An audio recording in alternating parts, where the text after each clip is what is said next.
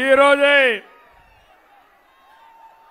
నాకు చిరకాల మిత్రుడు బాలయోగి గారు,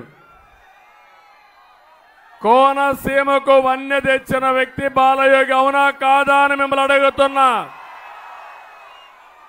ఒక సాధారణ కుటుంబంలో పుట్టి అసాధారణ ప్రతిభతో దేశంలోనే స్పీకర్ పదవికి వన్నె తెచ్చిన వ్యక్తి బాలయోగి. బాలయోగి చనిపోయారు కానీ ఆయన మీ గుండెల్లో శాశ్వతంగా ఉంటాడు. అది కోనసీమకు ఆయన చేసిన అభివృద్ధి. అది ఒకసారి మీరు ఆలోచిస్తే బాలయోగిని స్పీకర్గా చేసిన ఘనత కూడా తెలుగుదేశం పార్టీదని చెప్పి నేను మీకు తెలియజేస్తున్నా. ఈరోజే మహాత్మా జ్యోతిరావు పూలే జయంతి. ఈ నెలలో 3 మహానుభావులు పుట్టారు. మొన్నే అంబేద్కర్ గారి జయంతి జరుపుకున్నాం. మొన్నే జగజ్జీవన్ రామ్ గారి జయంతి జరుపుకున్నాం. ఈరోజు జ్యోతిరావు గారి పూలే జయంతి జరుపుకుంటున్నాం. మళ్ళీ ఈ నెల 14వ తారీఖున అంబేద్కర్ గారి జయంతి జరుపుకోబోతున్నాం.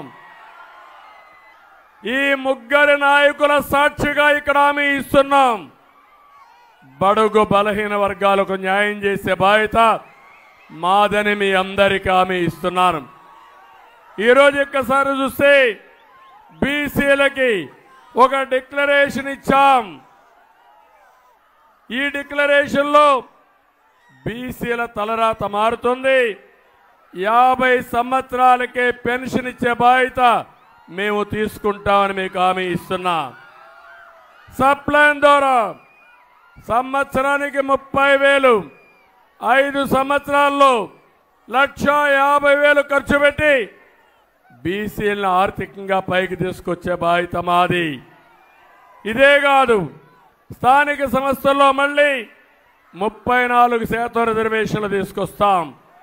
చట్టసభల్లో బీసీల రిజర్వేషన్ల కోసం పోరాడతాం, న్యాయం చేపిస్తాం, తీర్మానం చేస్తాం, కేంద్రంలో సాధించే వరకు పోరాడతాం.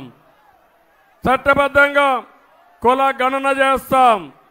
బీసీల రక్షణ కోసం ప్రత్యేకమైన చట్టం తీసుకొస్తాం. ఆదరణ కోసం 5,000 కోట్లు ఖర్చు పెడతాం.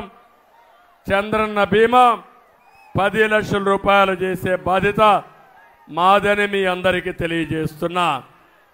ఇలాంటి బీసీలకు న్యాయం చేసే బాధ్యత